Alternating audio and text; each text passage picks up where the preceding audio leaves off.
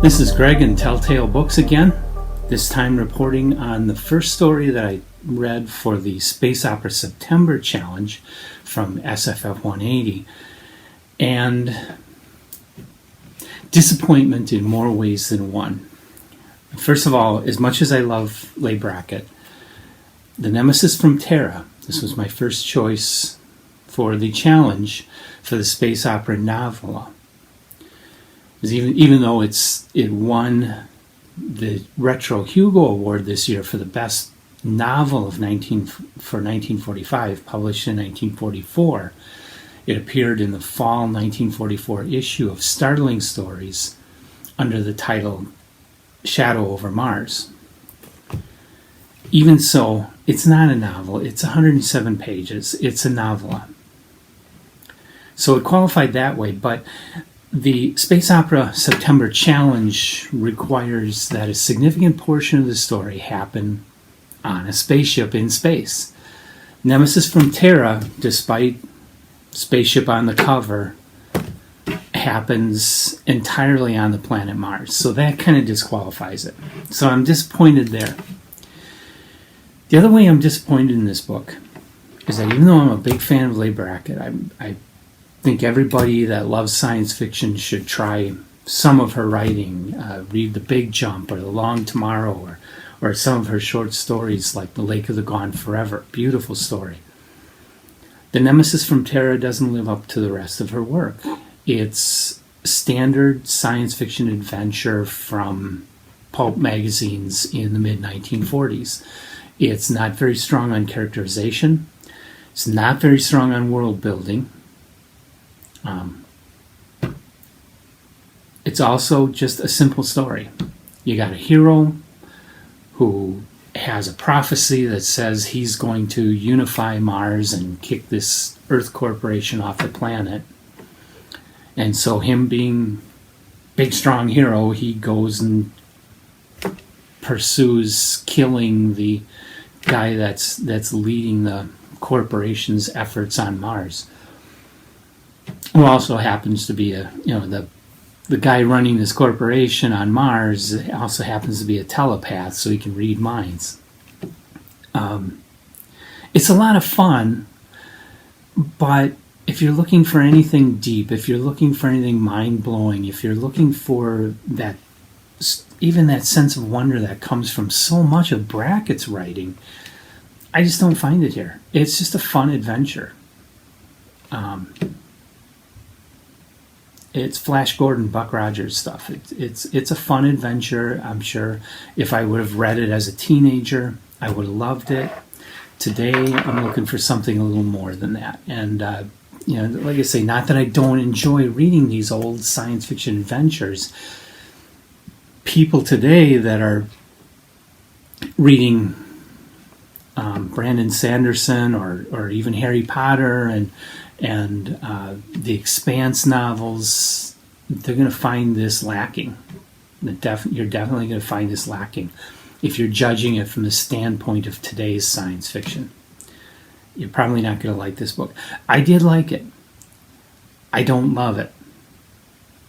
And of course it didn't fit into Science Fiction September, so now I've read one book and it doesn't qualify, and I'm still at the very start of this challenge, and it's coming up on the middle of the month.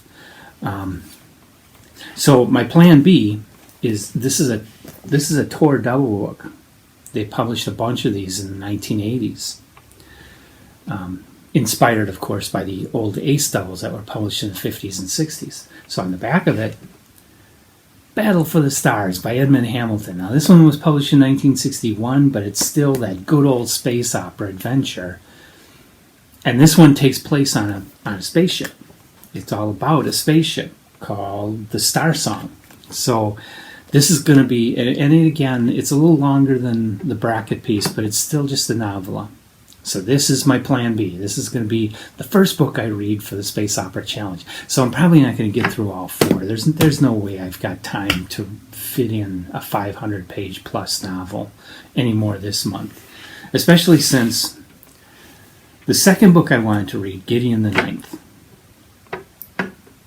Okay, again, in my definition, still qualifies as space opera. In my definition, the Nemesis from Terra qualifies as space opera, but not in the definition of the contest. And that's what matters for the contest. If I'm going to participate, got to follow the rules, and their rules are that it's got to take significant portion of the story on a spaceship. And Gideon the Ninth doesn't follow that either. Gideon the Ninth, actually, I read a little more than 100 pages into it already. It's more of a murder mystery. It seems more like And Then There Were None, or some other Agatha Christie story than space opera. I still absolutely love, and I think everybody should run out and read Gideon the Ninth and get the new one, Harrow the Ninth, that just came out last month. And there'll be a third one coming next year, I expect. Good stories, but I personally don't think it qualifies for Space Opera September. It's not taking place on a spaceship. So I switched to a memory called Empire. This will be the next one I read after Battle for the Stars, and hopefully I can at least get through these two, though I also am still hoping to get through Skylark of Space this month. That was my number 3. I want to read a memory called Empire. I wanted to read it anyway because this did win the Hugo Award this year for Best Novel, 2020 Hugo Award.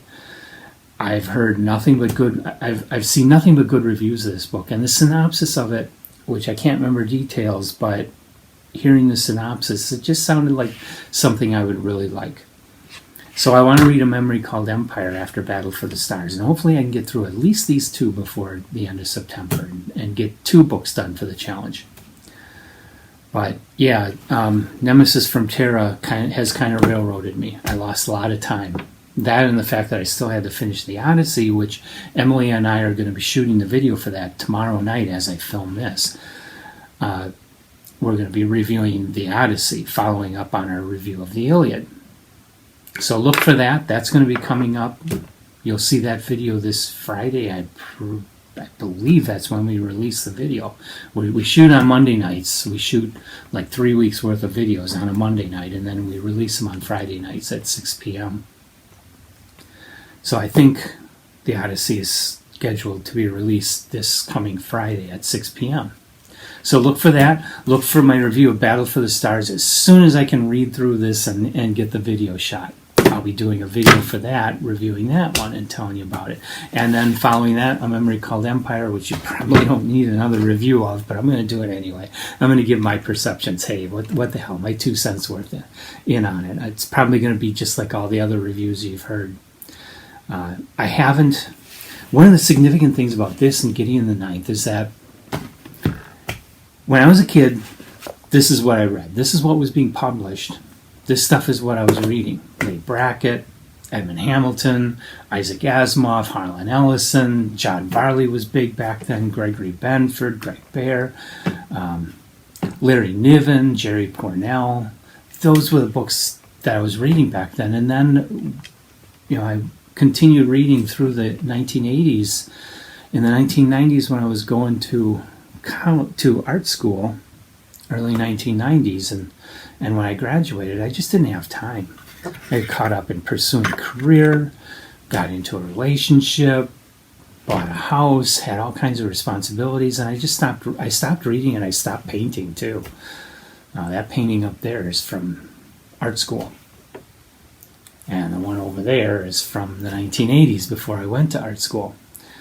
So I stopped painting, I stopped reading, and I regret that today because I was sitting on this huge collection of old science fiction fantasy books that I've never read. I bought this, when did this come out? Well, that's the publication date on this Tour Double.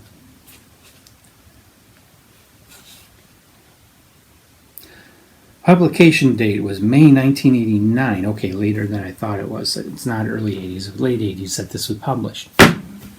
May 1989. I bought this when I saw it new in the bookstores. It's been sitting in a trunk in my attic ever since. Never read until now. Now I've read half of it, and I got to read the other half.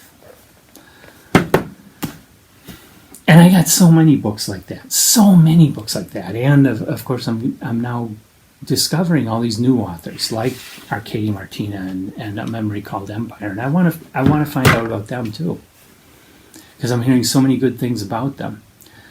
So, I've started reading Gideon the Ninth and fallen in love with that. I think I'm going to be buying everything by Tamsin Muir into the future.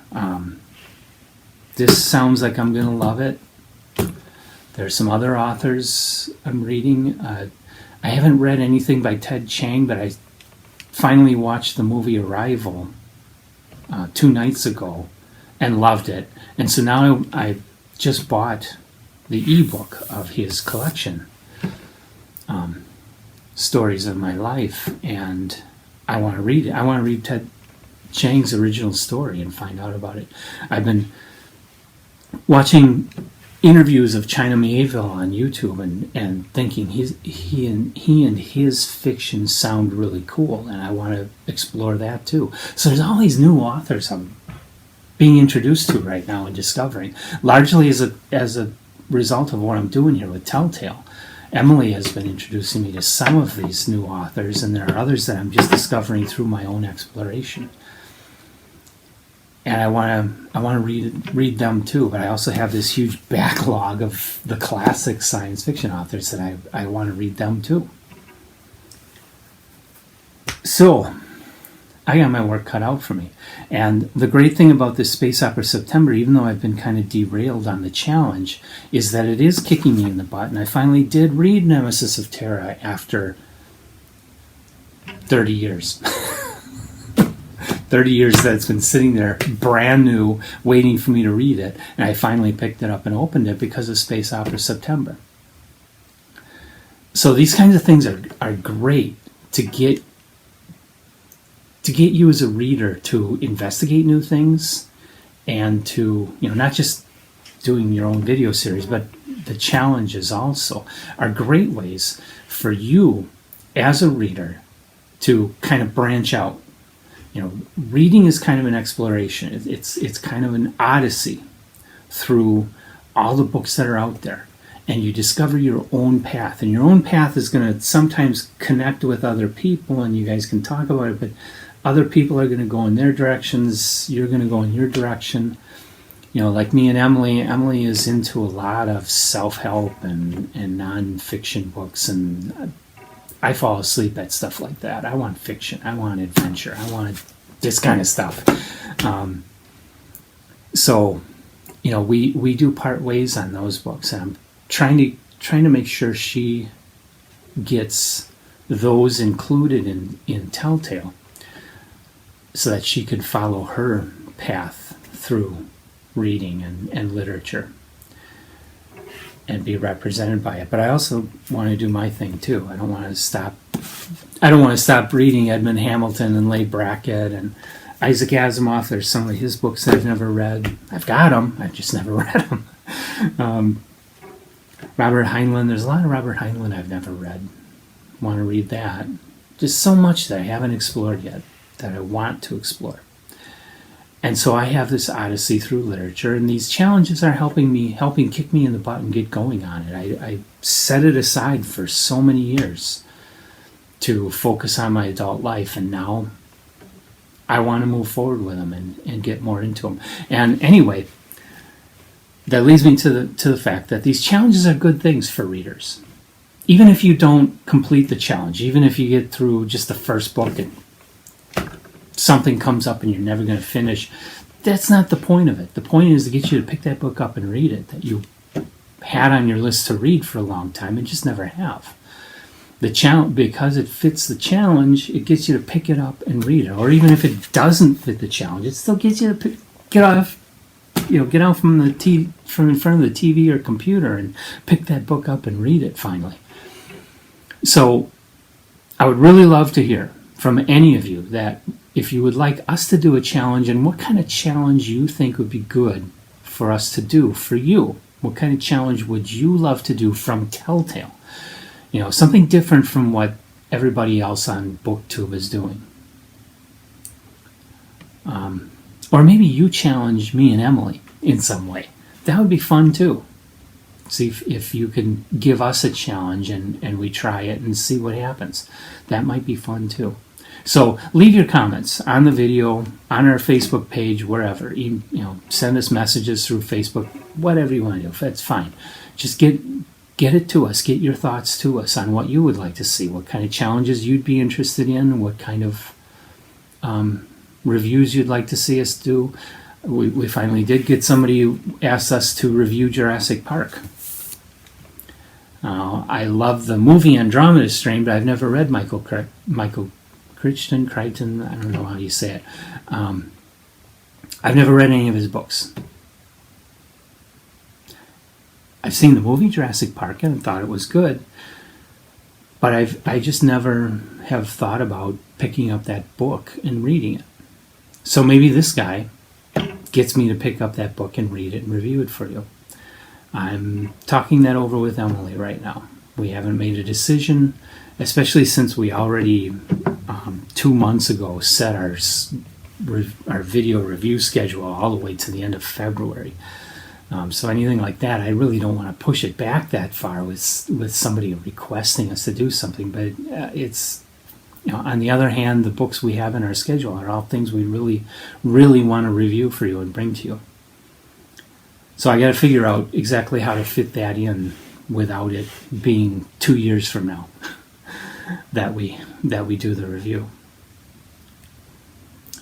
So send us those suggestions, though. We will seriously consider it. It's just a matter of logistics here and scheduling of how we get to it. We both have careers. We both are busy people. We both have houses. We don't have infinite times for reading, unfortunately. I would love to just sit every day and read books, but I can't. I got to pay the bills. So I spend most of my time not reading. Oh well, I'm sure all of you are in the same boat. But I promise you that if you put suggestions of what you would like us to read and review into the comments, we will talk about it and see if we can fit it into the schedule in a reasonable amount of time. So do that and come back Friday to see our next book review. I believe it is The Odyssey by Homer.